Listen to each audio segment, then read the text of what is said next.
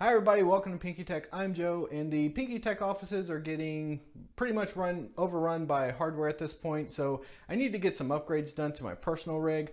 My personal rig is a Ryzen 5 2600, which I have overclocked to 4.1 gigahertz. However, it's really struggling in content creation, especially now with me wanting to edit in 4K and such. And while the 3060 has been a nice upgrade, the 2600 still kind of struggles in some content creation type tasks. So what we're going to do about that is try to get rid of this stuff right here. So I went ahead and got a Core i9 10850K to go with my setup here. Of course, that means I do have to switch out the motherboard, and for that we've actually got this guy, which is a Z490 motherboard that we'll be taking a look at. And I figured cooling wise, probably a good idea to replace the cooler that I have. So we went ahead and purchased this Vetroo V360. I am doing a theme build, so I am going to be turning over the next month or so here my rig into a Captain America themed PC, which I think will be pretty cool. If you guys have been around the channel, you know I kind of have a Captain America fetish, so it is what it is, as they say. So we're going to put these guys in, leaving my 16 gigs of RAM for now. Eventually we will upgrade to 32 gigs. And also I haven't gotten a new case yet, so unfortunately all this new stuff is going to look a bit janky inside of hey Cap, it's going to look a bit janky inside of the black case until I finalize a white case. I am looking for either a Vetroo or the Vetroo A03 or maybe a Corsair 4000D airflow case. Either of those I'm kind of leaning towards, but if you got a suggestion, make sure to leave a comment down below. Oh, and also GIM Gaming or GIM Gaming, I'm not sure how to pronounce it, but they sent over a RGB 24-pin cable extension, kind of like a Lian Li strimmer. So I'm gonna go ahead and put that in as well, and we'll kind of see how that looks. I'm not 100% sure I like these type of devices, but we'll see what's happening there. So the goal for today is to get the motherboard and cooling out of that, get everything replaced as far as the Z490 motherboard, the new processor and cooler, and take a look and make sure everything comes back up. And hopefully, you know, the AMD chipset drivers don't hose me and I can just reuse my hard drive and not have to reinstall Windows, but we'll see what happens here. So let's go ahead and get everything broken down and put in, and we'll see how it goes.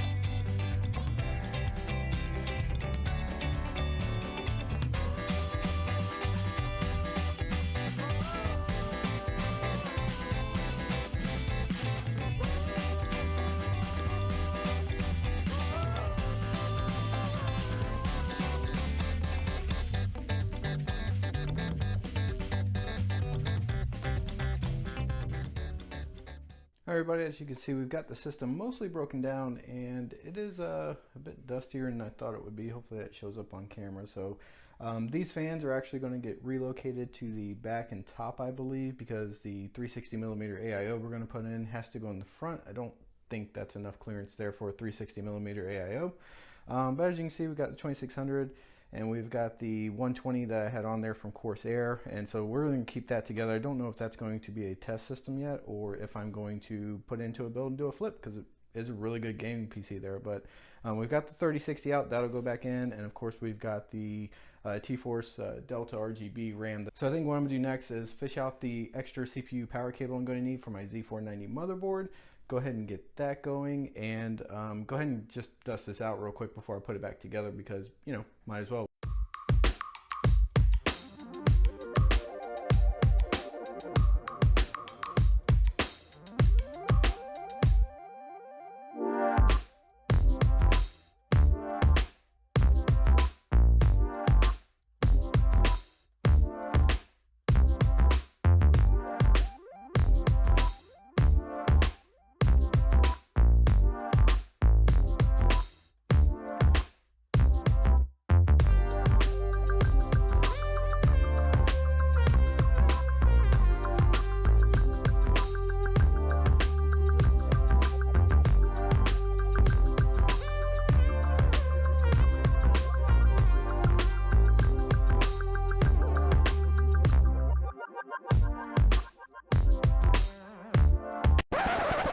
All right, I'm sure you can tell by the fact that I've got on a different shirt. I haven't shaved, and well, you know, it's looking a little rough here. The upgrade was an unmitigated disaster. I'll tell you what I mean here. First off, I realized that my overclock was not in the BIOS because I'm using the Aura motherboard, and so since it kept resetting itself, which seems to be an ongoing theory with the Aorus line of motherboards from Gigabyte, I actually set the overclock on my old rig using Ryzen Master, and well, the software itself worked pretty well. Unfortunately, when you drop in an Intel chip and you don't actually reset your Windows install, it's still on there. Instead of just erroring out because there's no Ryzen, it actually tries to overclock your Intel 10850K, and it didn't do a good job with that, to say the least. So that's been an issue. Also, while the Corsair 275R does say that it can actually support a 360mm radiator at the top, it can't fit this one in there apparently, and it's just been constant troubleshooting for the last 3 days, so I'll show you where I am here. All right, so after 3 days of troubleshooting, we've got the AIO installed, and of course you can see there, not the greatest orientation for the AIO. The pump is technically under, but it's not mounted well for the tubing. I'd prefer all the air to be at the top, away from the tubes and away from the pump. However, this is kind of temporary, but I'm not sure if you can hear it on the microphone or not, but it is making quite a bit of gurgling noise. And I do have a ticket open with Vetroo because I'm not sure if that is normal because of the orientation, or if maybe we're just outside the tolerances here for that system. The RGB I finally got going, and to be honest with you, there's some kind of terrible instructions with this cooler. Apparently you do have to actually click a button on the controller for it to sync, even though you've got everything plugged in. So that's a bit of an issue. And then as you can see here, I've got some lighting going. It's not the red, white, and blue I'm wanting to do because I actually want to address each of these lights individually. And they are ARGB, so I should be able to do that. However, Mystic Light being the piece of shit for that it is, it actually isn't allowing me to control individual LEDs. On top of that, I had to actually completely drain the power, like pull the power cable from my computer, hit the power button, drain out all the capacitors and everything for probably a minute, and then turn it back on before it would even allow me to see the RAM to be able to set that. And you know, I've got everything in, I'm back up and running. But as you can see right now, cable management, because of all the extra RGB and everything else, is just a complete disaster, and it's going to be that way for a little bit. I'm just not going to put the time into cable managing something that, well, frankly, I'm going to get rid of in another week or so. Yeah, so the first round of updates didn't go well at all. As I'm sure you guys aren't too surprised, or maybe you are surprised. Us YouTubers are supposed to have our stuff together, but it just goes to show you we don't think of everything. So yeah, a lot of challenges. We're able to troubleshoot and get through it, and right now my rig's kind of looking a mess, but you know what? It's mine, it's running. Temps on this AIO are great, so it hasn't been all bad. And maybe if I put the glass on it, it might dampen out the noise a bit. But yeah, I mean, all in all, some tuning and everything else, we're looking good. Unfortunately, I have another complete case swap, you know, because I replaced the motherboard on this, obviously, to support the new Intel. And, well, basically at that point, you're taking everything out anyway to replace the motherboard. And I have to do the same thing when I get the new case in. So like I said, I'm not cable managing anything yet. So still looking for case recommendations. Unfortunately, the new Vetroo one, it has punch-out PCIe slots. And since I want to do some customization with some paint on there, I'm not crazy about that, but I may go with them anyway. And then in addition, the Corsair 4000D doesn't actually support a top-mounted 360 AIO. So yeah, I'm kind of stuck there. As a matter of fact, I don't think the Vetroo case does either.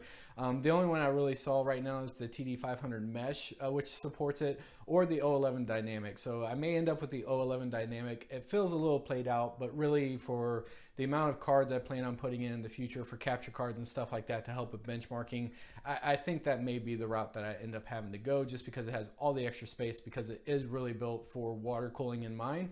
And AIO certainly fit in that, because I think you can fit actually 2 or 3 360mm AIOs with the configuration that it has. So I think you can do top, bottom, and side.